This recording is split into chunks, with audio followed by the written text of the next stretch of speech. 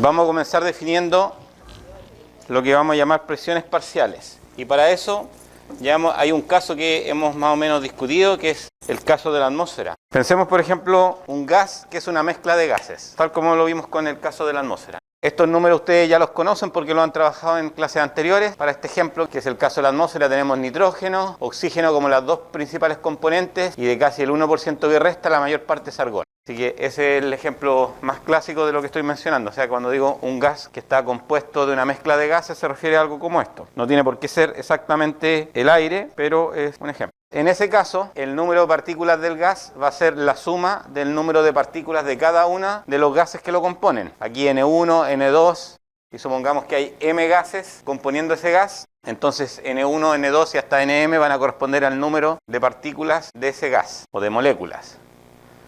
Ahora, cada una de estas especies de gas van a aportar con una parte de la presión. Es decir, las partículas de ese gas van a golpear la pared y por lo tanto van a aportar a la presión. Y van a cumplir una ecuación que se llama la ecuación de las presiones parciales, donde aquí el subíndice I representa la especie iésima. Y P mayúscula es la presión y N minúscula sub I es el número de partículas de esa especie. La constante que aparece ahí es la constante de Boltzmann y el resto es temperatura y volumen. De forma que la presión total va a ser la suma de las presiones parciales.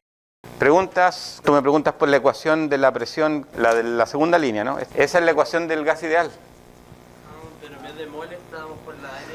Claro, es la otra forma de escribir la ecuación de los gases. Una es con el número de moles y la otra es con el número de partículas. Y si, dependiendo de cuál le ocupe, la constante es diferente. Una es la de los gases y la otra es la constante de Boltzmann.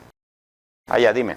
La de presión parcial, el volumen que está abajo, la B, el volumen. El volumen es el mismo. Pero es el total. Sí, para que sea un gas ideal, uno desprecia el volumen de las partículas. Así que el volumen que ocupan es el mismo. O sea, una de las condiciones para ser gas ideal es suponer que las partículas, sus tamaños son despreciables. Problema para ustedes. Calcular las presiones parciales del aire de las siguientes especies: el nitrógeno, el oxígeno, el argón y el CO2. Los porcentajes están en la misma presentación, pero se los leo. El nitrógeno 78,084, oxígeno 20,94, argón 0,93 y carbono 0,033. Vamos a hablar ahora de los estados o las fases de la materia. En física solemos usar la palabra fases, pero en otras áreas se usan los estados. Una forma de clasificar la materia de acuerdo a ciertas propiedades mecánicas son justamente lo que se llaman los estados o las fases de la materia. Lo hemos comentado ya en clases anteriores, son sólidos, líquidos, gases y plasma, que es gas ionizado. Esos son los 4 estados comunes. De ahí voy a mencionar otros. ¿De qué depende el uno u otro estado? Bueno, depende.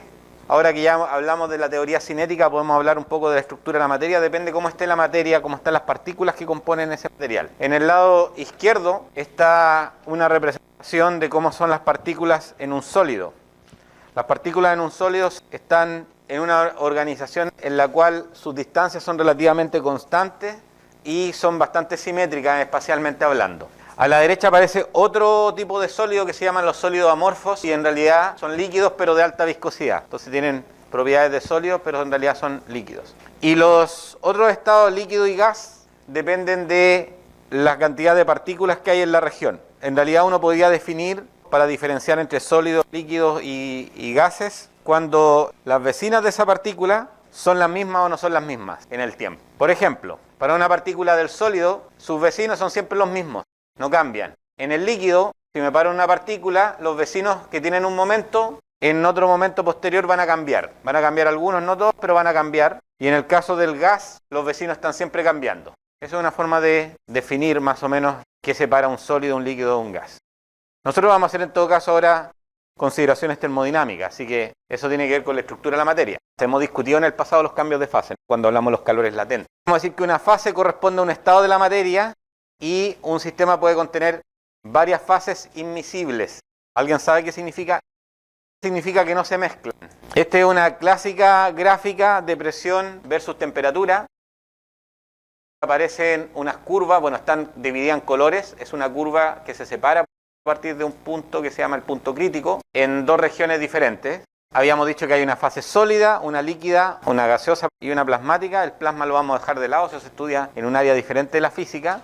Y vamos a decir que son estados que dependen de la presión y la temperatura. Eso significa que en la gráfica de presión versus temperatura voy a poder dividir, o los sólidos, los gases van a estar en distintas regiones de esta gráfica. Por ejemplo, los sólidos están al lado izquierdo, los líquidos están en esta fase intermedia y los gases están hacia la derecha en esta gráfica. Y entonces aparecen curvas acá, por ejemplo, que se llama la curva de sublimación, la que está en rojo, la curva de evaporación, la que está en azul, y la verde es la curva de fusión.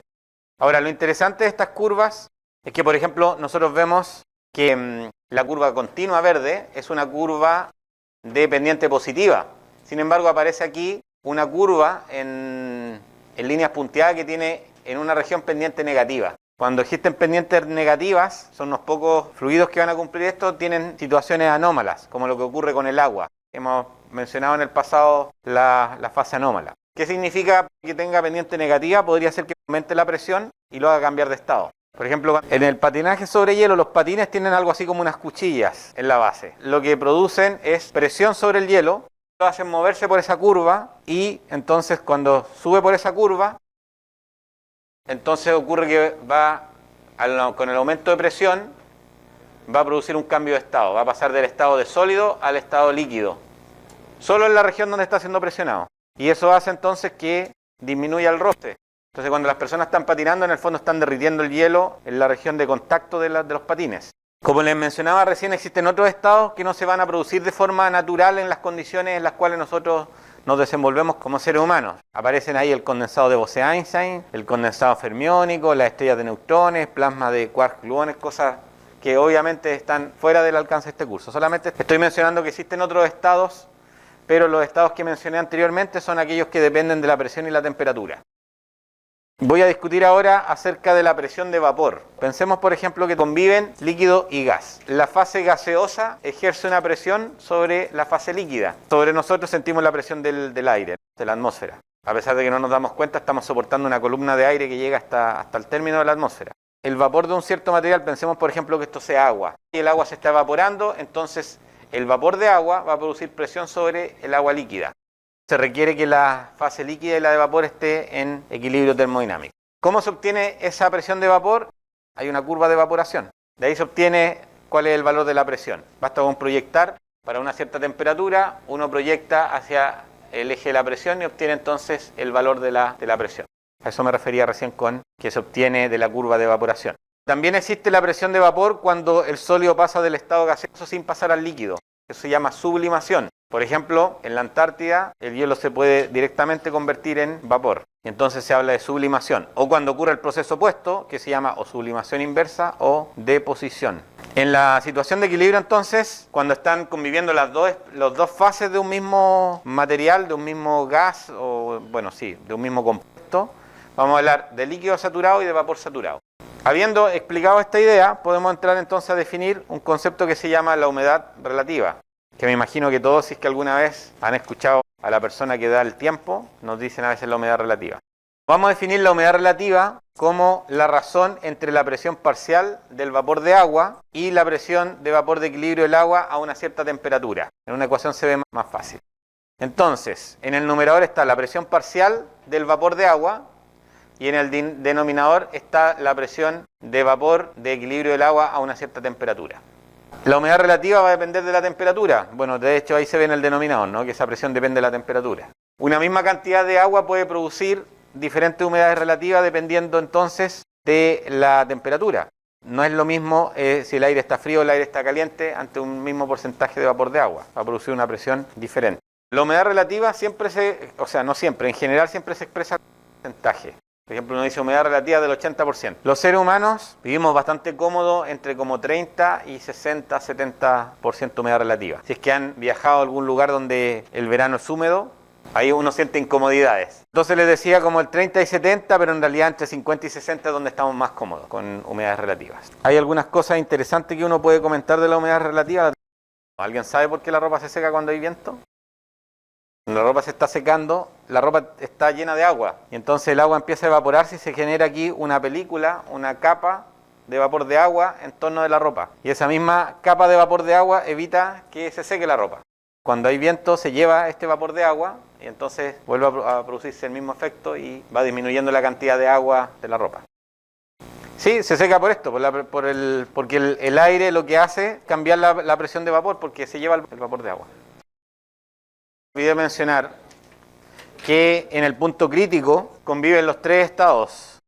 Por ejemplo, para el caso del agua, en la temperatura del punto crítico, el agua puede estar en estado sólido, líquido o gaseoso. Conviven los tres estados. De hecho, esa es la razón por la cual cuando se redefine después el Celsius no se define por la temperatura de fusión del agua, sino que se define por la temperatura del punto triple, porque la temperatura del punto triple es una propiedad de los diferentes elementos compuestos.